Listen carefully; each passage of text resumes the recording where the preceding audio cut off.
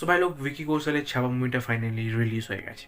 And এই মুভিটা দেখার পর আমি এটা শিওর শর্টভাবে বলে দিতে পারি যে 2025-এর ওয়ান অফ দি বেস্ট অ্যাক্টরের অ্যাওয়ার্ডটা কে জিতে নিতে চলেছে। ইয়েস, এটা নান আদার দ্যান ভিকি কৌশল। কারণ ওনার পারফরমেন্স এই মুভির ভেতর আউটস্ট্যান্ডিং ছিল। সেটা নিয়ে আমরা আরও ডিটেলে কথা তো বলবোই, বাট প্রথমে এই ছাবা মুভির স্টোরিটা নিয়ে কথা বলা যাক। সো এই ছাবা মুভিটাকে তুমি বায়োপিক মুভি কনসিডার করতেও পারো, আবার নাও করতে পারো। তার মেন একটা রিজন হচ্ছে এটাই যে এই মুভির স্টোরি স্টার্ট হয় ছত্রপতি শিবাজি মহারাজের লেগেসি তার ছেলে সম্ভাজি মহারাজ কন্টিনিউ করছে সেখান থেকে। মানে ছোট থেকে বড় হওয়ার কোনো ট্রানজেকশন এই মুভির ভেতর দেখানো হয়নি। অ্যান্ড যে কারণে তুমি এটাকে বায়োপিক মুভি কনসিডার করতেও পারো, আবার নাও করতে পারো। বাট এখন মুঘলদের জন্য নতুন মাথা ব্যথা হচ্ছে ছত্রপতি শিবাজি মহারাজের ছেলে সম্ভাজি মহারাজ। আর মুঘলরা ভেবেছিল যে শিবাজি চলে যাওয়ার পর তারা আরামসে শিবাজির সাম্রাজ্যটাকে হাতের মুঠোয় করে নেবে। বাট সে চলে যাওয়ার পরও জঙ্গলে এখনও ছাওয়া ঘোরাঘুরি করছে, যে কারণে তাদের এই স্বপ্নটা স্বপ্ন হয়েই থেকে যায়। সো এতটুকু শুনে তুমি নিশ্চয়ই বুঝতে পারছো যে এই মুভিটা টোটালি হিস্ট্রি বেসড মুভি হতে চলেছে। আর তারপর মুভিতে কী কী জিনিস ঘটেছে সেটা জানতে গেলে তোমাকে ডেফিনেটলি এই ছাওয়া মুভিটা ওয়াচ করতে হবে। আর এই মুভির ফার্স্ট হাফে যেসব জিনিসগুলো আমার ভালো লেগেছে তার মধ্যে আমি একেবারে ওপরে রাখবো ভিকি কৌশলের এন্ট্রি, মানে সম্ভাজি মহারাজের এন্ট্রি যেটা ছিল। আর তার পাশাপাশি যে অ্যাকশন সিকোয়েন্সটা ছিল সেটা টোটালি একটা মহল বানিয়ে দেয়।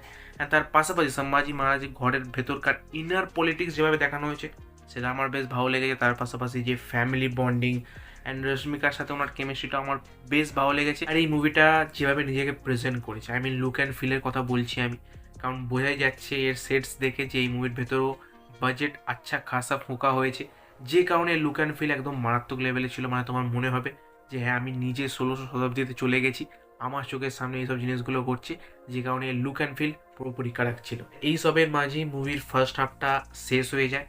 বাট এই মুভির আসল মজা আসে এই মুভির সেকেন্ড হাফে, মানে এই মুভিটার বিস্ট মোড অন হয়ে যায় সেকেন্ড হাফে। অ্যান্ড আমি স্পেশালি মেনশন করবো ওই 15 থেকে 20 মিনিটের লম্বা অ্যাকশন সিকোয়েন্সটা, কারণ ওটা অ্যাকচুয়ালি মারাত্মক লেভেলে লেগেছে আমার।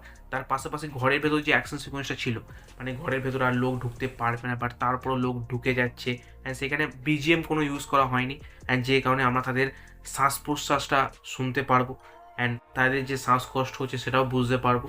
বাট তারপরও যে তারা ফাইটটা কন্টিনিউ করে যাচ্ছে, ওই সিকোয়েন্সগুলো ভাই মারাত্মক লেভেলে লেগেছে আমার। তার পাশাপাশি ভিকি কৌশলকে যখন ওই 100-200 লোক ঘিরে থাকবে আর ভিকি কৌশল ঘুরে ঘুরে মারবে, ওই সিকোয়েন্সটা আমার বেশ ভালো লেগেছে।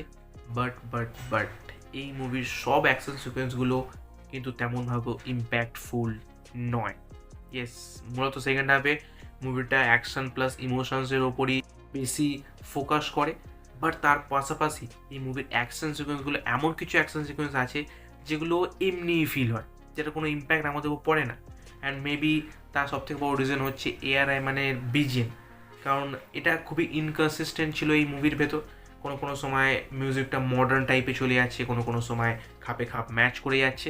বাট সেই সব অ্যাকশন সিকোয়েন্সগুলো তেমনভাবে ভালোভাবে কোরিওগ্রাফ করা হয়নি, যে কারণে তেমন কোনো ইম্প্যাক্ট হয় না। মানে অ্যাকশন দেখছো, এনজয় করছো অ্যান্ড ভুলে যাচ্ছ, বাট রিমেম্বার করার মতো জিনিস সেসব অ্যাকশন সিকোয়েন্সে নেই।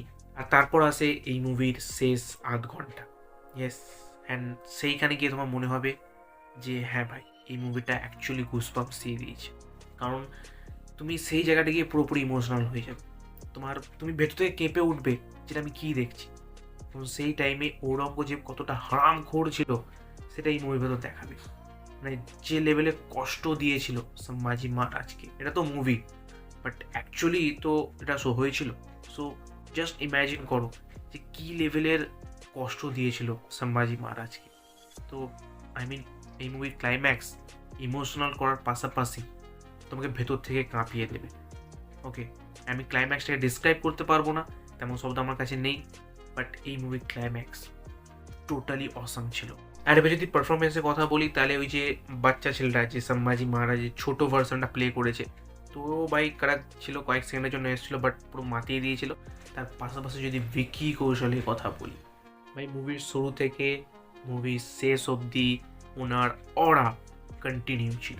মানে কোনো একটা সিঙ্গেল শটও তুমি দেখাতে পারবে না ভিকি কৌশলে যেখানে মনে হবে উনি ক্যারেক্টার থেকে বেরিয়ে গেছেন বা নর্মাল অ্যাক্টিং করছেন। ইয়েস, উনি ক্যারেক্টারটা প্লে করেনি, উনি ক্যারেক্টারটা লিভ করেছে। সো আমি কোনোদিনই পড়িনি সম্ভাজি মহারাজের ব্যাপারে, অ্যান্ড হয়তো তোমরাও পড়োনি, বাট এইবার যখন এই মুভিটা দেখার পর লোক জানতে পারবে যে সম্ভাজি মহারাজ কে ছিলেন, তো সবার ফার্স্টে চোখ বন্ধ করতেই ভিকি কৌশলের মুখটাই কিন্তু ভেসে আসবে।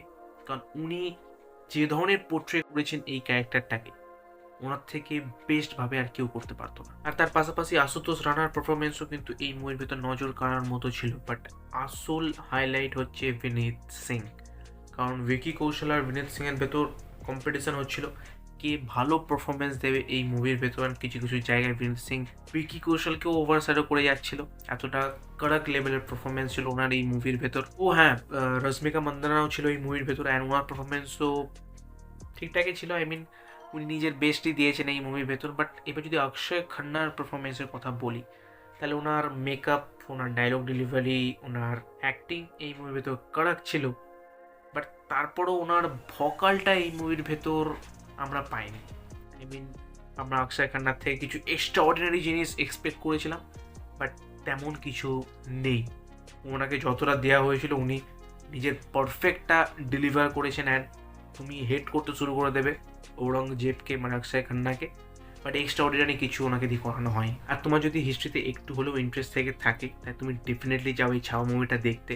আর যদি নাও থাকে তাহলেও যাও ছাওয়া মুভিটা দেখো, দেখলে তোমার অটোমেটিক্যালি হিস্ট্রির প্রতি ইন্টারেস্ট চলে আসবে। আর আমারও ইন্টারেস্ট চলে এসেছে হিস্ট্রির প্রতি, যে কারণে আমি এবার দেখতে যাবো ঔরঙ্গজেবের কটা ওয়াইফ ছিল। বাকি যদি মুভিটা দেখতে যাও তাহলে একটু তাড়াতাড়ি যেও, কারণ মুভির শুরুতেই অজয় দেবগান এই মুভির গল্পটাকে ন্যারেট করবে, যেটা মিস করে দিলে মুভির অর্ধেক ঘন্টাটাই মিস হয়ে যাবে। সো একটু তাড়াতাড়ি যেও। বাকি আমি এই ছাওয়া মুভিটাকে দেবো 5-এর ভেতর 4টে স্টার। আর আমি লাভ আপা মুভি নিয়েও কথা বলেছি, সো তুমি যাও সেই ভিডিওকে চেক আউট করতে পারো। তোমার সাথে আবার ঠিক সেই ভিডিওতে। সো ভাই।